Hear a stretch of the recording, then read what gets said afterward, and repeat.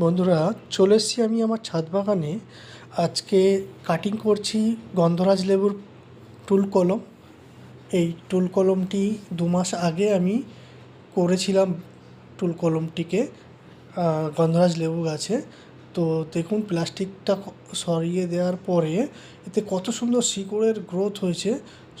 শুধু গ্রোথটা দেখুন, শিকড় প্রচুর পরিমাণে শিকড় এর মধ্যে দেখা যাচ্ছে। আর একটা লেবু এখানে দেখতে পাচ্ছি, লেবুটাও আছে, শিকড় প্রচুর ছিল।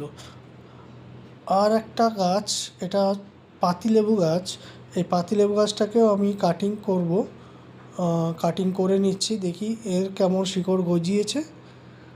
পাতিলেবু গাছটাকে কাটিং করা হচ্ছে, দেখা যাক।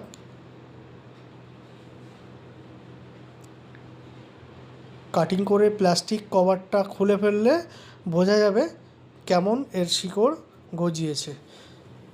গাছগুলো কাটিং করার পরে আমরা গাছগুলোকে ছোট ক্যারিতে শিফট করে দেব, লাগিয়ে দেবো আপাতত ক্যারির মধ্যে। দেখি, প্লাস্টিক সরাচ্ছি। প্লাস্টিক সরানোর পরে কেমন শিকড় এর গজিয়েছে। ও, সেই শিকড় গজিয়েছে, সুন্দর শিকড়।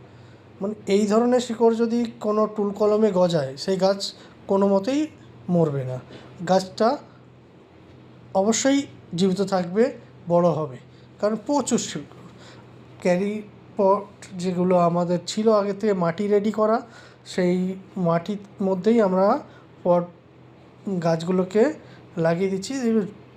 যেহেতু বড় গাছ, কলমগুলো একটু বড় সাইজের হয়েছে, তো সেই তুলনায় ছোট হয়ে গেছে জায়গাটা। একটু বড় হলে ভালো হতো। তো আমরা মাটি একটু ভরে দেবো, দিয়ে জল দিয়ে ভিজিয়ে ছাওয়া জায়গায় রাখতে হবে। এখন ছাওয়া জায়গায় রাখলে আস্তে আস্তে গাছটা ধরে যাবে। ধরে গেলে তারপরে এই ব্যাগের মধ্যেই 2 মাস রাখলেও কোনো অসুবিধা নেই। জল দিতে হবে টাইমে টাইমে। আমরা মোটামুটি 2টো ব্যাগের মধ্যেই একটু মাটি ভরে ভরে দিয়ে গাছগুলোকে একটু খাড়া করে দাঁড় করিয়ে দিচ্ছি। তারপরে জল দিয়ে ছাওয়া জায়গায় রেখে দেব। সুন্দর গাছটা দাঁড়িয়ে গেছে, সুন্দর। দেখা যাক ছাওয়া জায়গায় রাখার পরে গাছটা কীভাবে গ্রোথ নেয়। এই গাছগুলো 1 বছরও লাগবে না, 1 বছর মধ্যেই গাছগুলোতে ফল আসবে।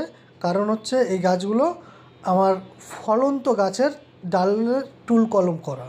ফলন্ত গাছের ডালে যেহেতু টুল কলম করা, সেক্ষেত্রে তাড়াতাড়ি গাছে ফল আসবে। Thank you.